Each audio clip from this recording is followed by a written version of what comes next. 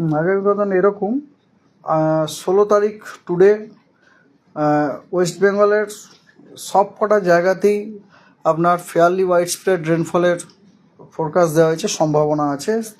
এবং এর মধ্যে নর্থ বেঙ্গলের 5টি উত্তরের জেলাতে সেখানে ওয়াইড স্প্রেড রেনফল হওয়ার সম্ভাবনা আছে।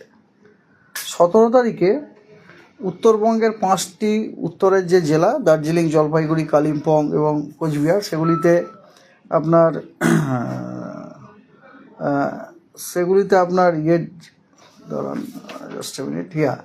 সেগুলোতে আপনার ওয়াইড স্প্রেড রেনফল হওয়ার সম্ভাবনা আছে, ফেয়ারলি ওয়াইড স্প্রেড রেনফল হওয়ার সম্ভাবনা আছে। এবং তার সাথে সাথে কোস্টাল ডিস্ট্রিক্ট আমাদের এবং ওয়েস্ট মেদিনীপুর, হাওড়া এবং কলকাতাতেও ফেয়ারলি ওয়াইড স্প্রেড রেনফল হওয়ার সম্ভাবনা আছে।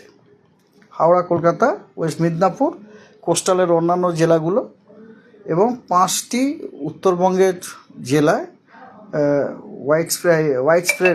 ফেয়ারলি ওয়াইড স্প্রেড রেনফল হওয়ার সম্ভাবনা আছে।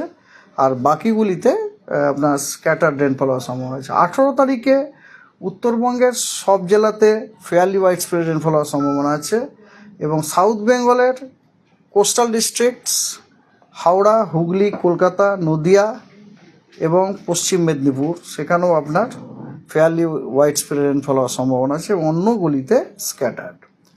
19 তারিখে সমগ্র পশ্চিমবঙ্গের সব জেলাতেই ফেয়ারলি ওয়াইড স্প্রেড রেনফল হওয়ার সম্ভাবনা আছে। 20, 21, 22 ওই 3 দিনেই কিন্তু পশ্চিমবঙ্গের সব জেলায় আপনার ওয়াইড স্প্রেড রেনফল হওয়ার সম্ভাবনা আছে। কলকাতা, সব জেলা। ওয়ার্নিং 16 তারিখে হেভি রেনফলের ওয়ার্নিং আছে জলপাইগুড়ি এবং নর্থ দিনাজপুর টুডে। আগামীকাল কোনো ওয়ার্নিং নেই কোনো জেলার জন্য। 18 তারিখে উত্তরবঙ্গের উত্তরের 5টি জেলাতে খালি থান্ডারস্টর্ম অ্যান্ড লাইটনিংয়ের ওয়ার্নিং আছে। 19 তারিখে পূর্ব মেদিনীপুর এবং দক্ষিণ 24 পরগনাতে ভারী বর্ষণের সতর্কবার্তা আছে। 20 তারিখে ভারী বর্ষণের সতর্কবার্তা আছে 2টি মেদিনীপুর, হাওড়া, হুগলি, কলকাতা এবং 2টি 24 পরগনাতে এবং ভারী বৃষ্টির সতর্কবার্তা আছে কালিম্পং এবং জলপাইগুড়িতে। আর গতকাল যে লো প্রেশারটি কথা আমরা উল্লেখ করেছিলাম সেই লো প্রেশারটি কিন্তু প্রায় পশ্চিম দিকে ওটা মুভ করেছে, অনেকখানাই মুভ করে গেছে। মুভ করে ওটি বর্তমানে আছে দক্ষিণ ছত্তিশগড়ে এবং তার সারাউন্ডিং পার্শ্ববর্তী বিদর্ভ রিজিয়নে আছে। বিদর্ভ রিজিয়নে আছে। আর ওর সাথে যে জড়িত যে সাইক্লোনিক সার্কুলেশনটি চক্রবাত ঘূর্ণাবর্তটি ওটি 5.8 কিলোমিটার পর্যন্ত বিস্তৃত আছে এবং তার অক্ষটি উচ্চতার সাথে সাথে দক্ষিণ পশ্চিম দিকে ঝোঁকার টেন্ডেন্সি আছে। আর আজকে মনসুন ট্রাপ অনেকখানা দক্ষিণে আছে, আমাদের পশ্চিমবঙ্গের কোনো পয়েন্ট দিয়ে পাস করছে না, গোপালপুর দিয়ে পাস করে সাউথ ইস্ট ওয়ার্ডস হয়ে সেন্ট্রাল বেতে ঝুঁকে গেছে।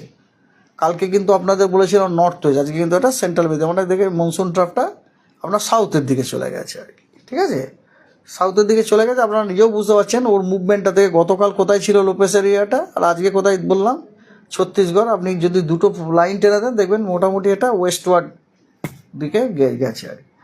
তবে অ্যাজ আই টোল্ড ইয়েস্টারডে, কালকে যা বলেছিলাম, 19 তারিখে কিন্তু আপনার উত্তর পশ্চিম নর্থ ওয়েস্ট বে, দ্যাট ইজ উত্তর পশ্চিম এবং